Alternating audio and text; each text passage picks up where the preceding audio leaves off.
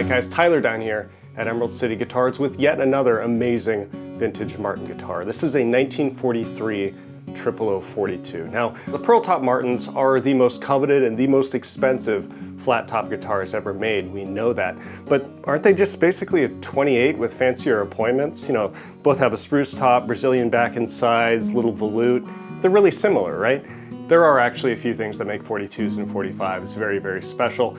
And I'll start by talking about the most obvious thing, which is the pearl. Now I realize I just call this pearl a couple times, and you'll hear it referred to as pearl quite often, but in reality it's actually abalone, which is a completely different shell, generally much more colorful than pearl. In any case, the entire perimeter of the guitar, as you can see, is outlined with this stuff. Now on the 42s, this includes an outline of the fretboard extension and of course the rosette as well. Now if you want this look on a modern guitar, it's very easy. They manufacture these long strips of this material that kind of looks like shell, and it's really, really flexible, easy to install.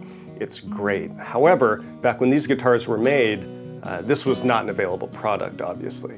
What they had to work with back in the day were very short, very straight little strips of natural abalone shell. Now, if you look at the perimeter of this guitar, you'll notice, not too many straight sections. So basically what they had to do was take these little strips of pearl, break them into very, very small pieces, small enough to fit around the radius of these curves, and then fit them together in a way that made them look like one cohesive piece. It's an incredibly tedious job, very, very time consuming, and that was reflected in the price. So the second big distinction between 28s and 42s and 45s is the materials. Now, like I said earlier, they're technically the same, they're spruce, Brazilian rosewood, mahogany, ebony, and so forth, but Martin reserved the very, very, very best materials they had for the 42s and 45s. Now these higher grade Martins had the absolute straightest grain, most even color you've ever seen on spruce, really, really tight grain, no run out.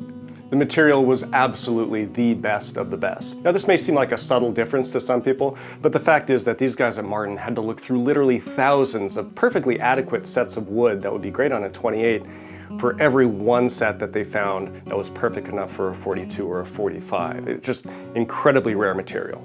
Now, of course, the rest of these woods were premium as well. You can see the ebony is absolutely jet black, no streaking at all.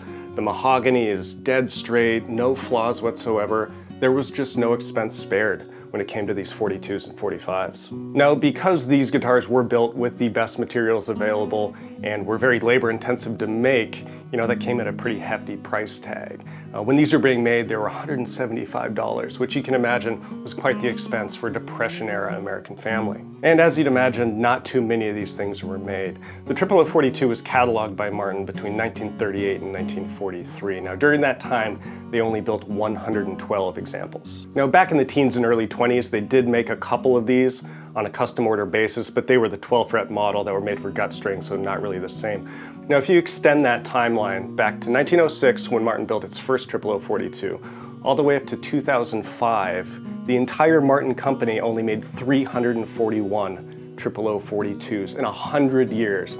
Even outside of these golden era years, there were extremely few of this model built. Now this example has just got to be one of the finest out there. It is 100% original, never been touched. You might look at this thing and think, man, has it been buffed up or polished? It's super, super glossy. But that's not the case. Actually, in 1940, Martin actually changed its lacquer supplier. It had been using Duco, and they switched to Sherwin-Williams. Now at this time, they kind of tweaked their finishing procedure accordingly. And because of that, you'll see early 40s Martins that are very, very glossy while still being 100% original, much glossier than the 30s models. Now, being a 1943 instrument, of course, this has an ebony rod in the neck instead of the metal T-bar, which makes the entire guitar super, super light and very, very lively, responsive on the attack. Now, Martin, of course, discontinued the 45 series in 1942, and then the 42 series the following year due to wartime restrictions. So this one is one of the very, very last. Actually, in 1943, Martin only made 6 pearl top guitars, and this very guitar is the first serial number of the last batch of pearl top guitars that Martin would make until they reissued the D45 in 1968. So this guitar went into production on February 24th of 1943, was completed on May 5th of 1943, and has remained completely untouched since then. So this, again, I know I've said this a couple times, this is absolutely one of the best sounding vintage Martins that we've ever had in the shop. Maybe not the best for a heavy-handed flat picker. It's pretty delicate tonally, but the overtones are just incredible.